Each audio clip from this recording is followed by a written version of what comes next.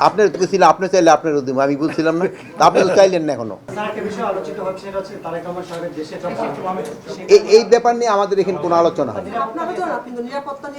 তাদের কারো কোনো এই বাংলাদেশে কারো কোনো নিরাপত্তার কোনো শঙ্কা নেই। উনি যদি এই ব্যাপারে আজকে কোনো এই ব্যাপারে আলোচনা হয়, আমরা সবার জন্যই প্রস্তুত।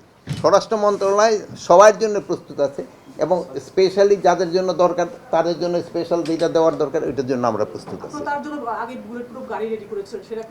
এটা আমরা করছি, আপনার তো ছিল, আপনি চাইলে আপনার দিব, আমি বলছিলাম না, আপনি তো চাইলেন না এখনো। আচ্ছা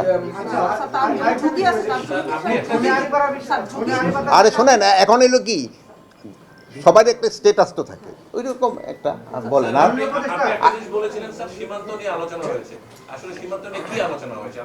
ইলেকশনের সময় আমাদের ক্ষেত্রে ধরেন যে সীমান্ত দিয়ে যেন কেউ আবার ইশারা ইন্ট্রুডার যেন ঢুকতে না পারে, এইগুলির ক্ষেত্রেই মেইনলি আলোচনা হয়েছে। প্লাস আপনার ধরেন কোনো রকমের যেন উস্কানিমূলক ইটি যেন বাইরে থেকে যেন না, এইসব ব্যাপারে আলোচনা।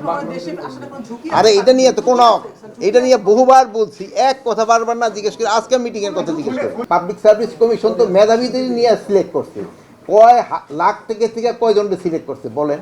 তারা মেধাবী ছাড়া কেউ সিলেক্ট হইতে পারছে? মফস্বল আবার কি? মফস্বল কি? এখানে আমাদের হলো আইন শৃঙ্খলা পরিস্থিতির উপর নির্ভর করে। ঢাকাতে কোথায় মফস্বল থেকে নিয়ে আসছি বলেন? ঢাকাতে বললেন আপনি মফস্বল, আপনি বলেন ঢাকাতে কোথায় থেকে আনছি? আপনি তো এটা জানেনই না। এখন ওই দিক ওই পরিস্থিতিটা দেখে আমরা বলছি যে আমরা A category, B category, C category করছি।